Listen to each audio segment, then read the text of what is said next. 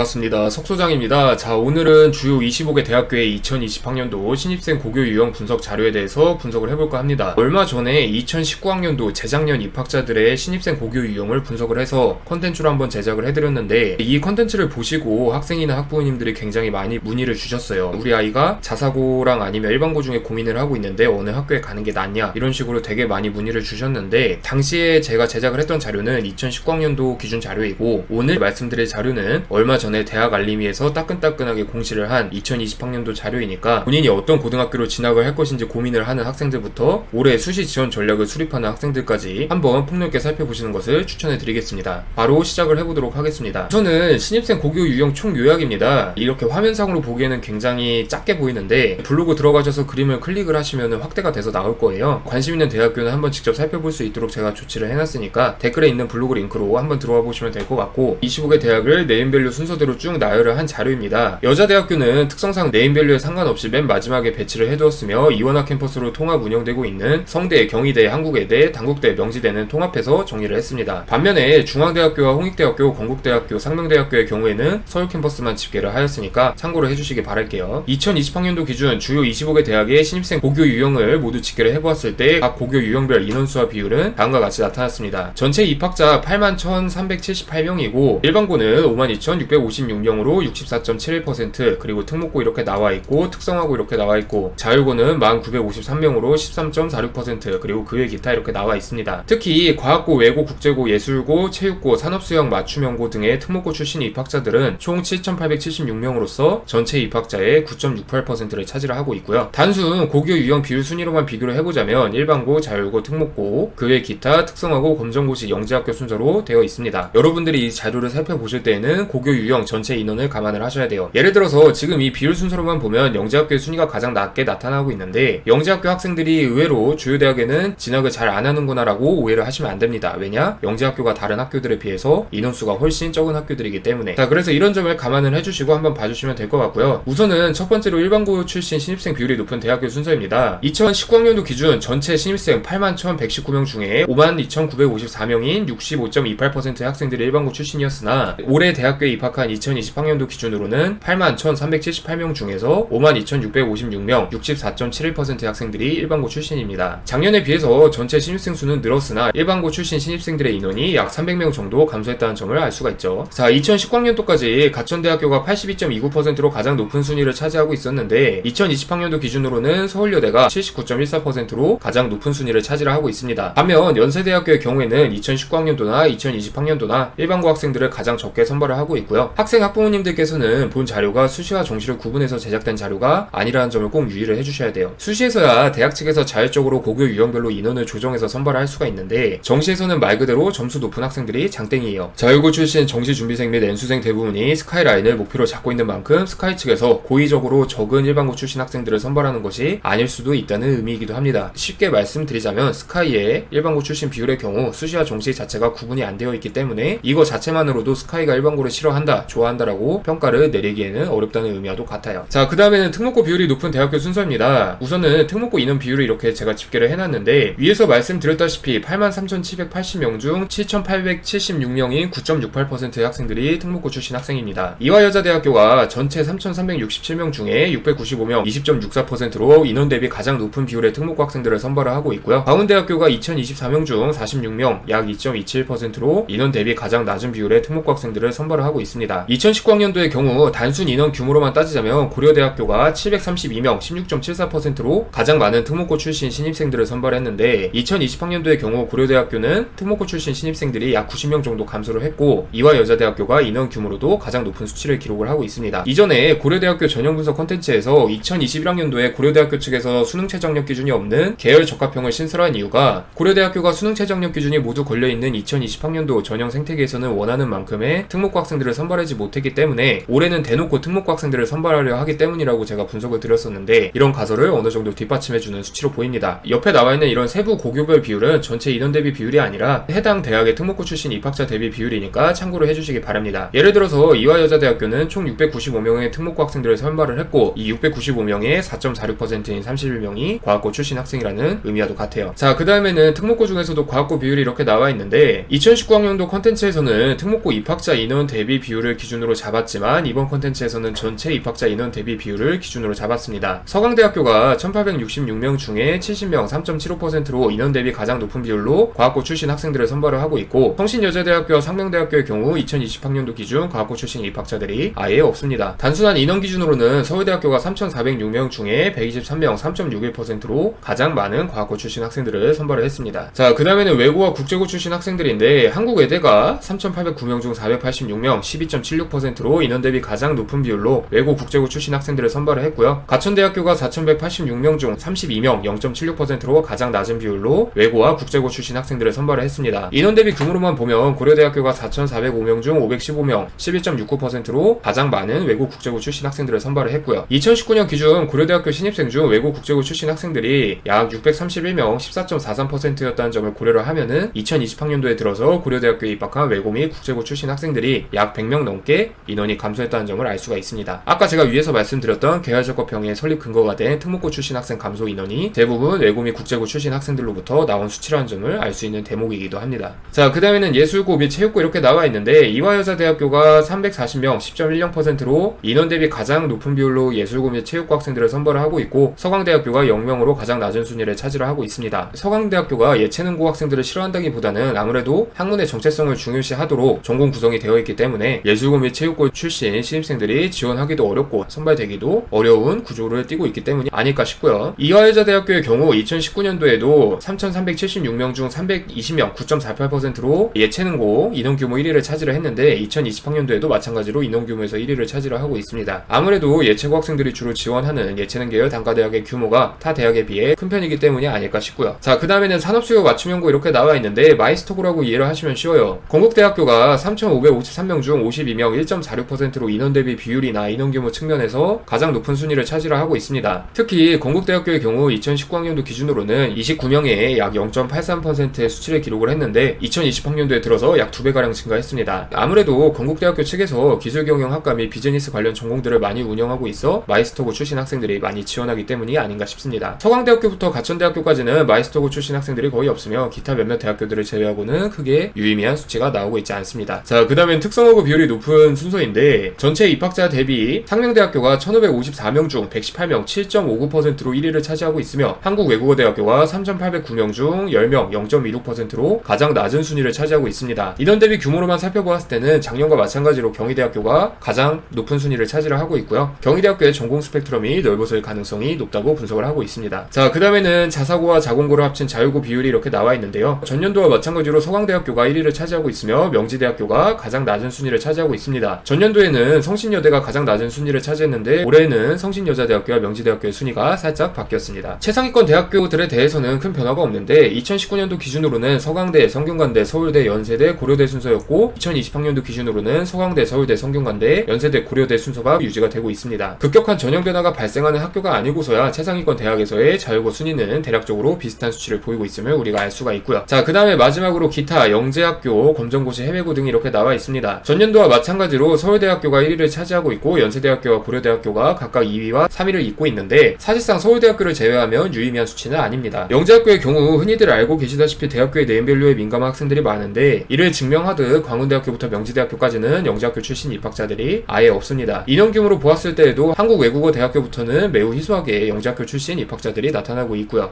2020학년도 서울대 등록자 탑 100 고교 순위 분석 컨텐츠를 첨부를 해놨으니까 한번 살펴보시면 좋을 것 같습니다. 자, 그 다음에는 검정고시 출신 입학자 비율인데, 2019학년도까지만 해도 0.72%로 비교적 하위권에 랭킹되어 있던 가천대학교가 2020학년도에 들어서는 113명 2.70%로 인원 대비 비율이나 인원 규모 모두에서 1위를 기록을 했습니다. 거의 3배가량 인원이 늘어난 것으로 보이는데, 수시 전형의 경우 검정고시 출신 학생들에게 큰 영향력을 미칠 만한 요인이 없었으나, 정시 전형의 경우에는 자연계열 수학 및 과학 과목의 가산점이 모두 2%씩 하향이 되었어요. 검정고시 출신 중위권 학생들의 경우 수학과 과학 과목에 부담감을 느끼는 경우가 많은데, 아무래도 가산점이 하향된 만큼 현역들보다는 보다 많은 검정고시 출신 학생들이 가천대학교에 지원하고 합격한 것이 아닐까 싶습니다. 마지막으로 해외고인데, 해외고의 경우 2019학년도와 마찬가지로 연세대학교가 1위를 차지하고 있으며, 마찬가지로 한양대학교와 성균관대학교가 2위와 3위를 차지하고 있습니다. 서울대학교의 경우에는 2019학년도에 113명 3.29%를 기록했던 반면에 2020학년도에는 68명 2.00%가량으로 약 40%가량이 줄어들었는데, 아무래도 해외고 출신 입학자들의 학업 성취도를 보장할 수 없었기에 1년 사이에 많은 인원이 줄어든 것이 아닐까 싶고요. 자, 그래서 오늘 콘텐츠는 여기까지 하도록 할 예정이고 2019학년도나 2020학년도나 대부분 비슷한 수치가 나타나고 있어요. 몇몇 대학교들을 제외를 하면은. 그런데 이런 몇몇 대학교들의 변화가 굉장히 많은 변화를 일으킬 수 있는 요인으로 작용을 할 수가 있기 때문에 학생과 학부모님들은 이 점을 잘 참고를 해주셔서 자료를 살펴봐 주시기 바랍니다. 그럼 오늘 영상은 여기서 마치도록 하겠습니다. 감사합니다.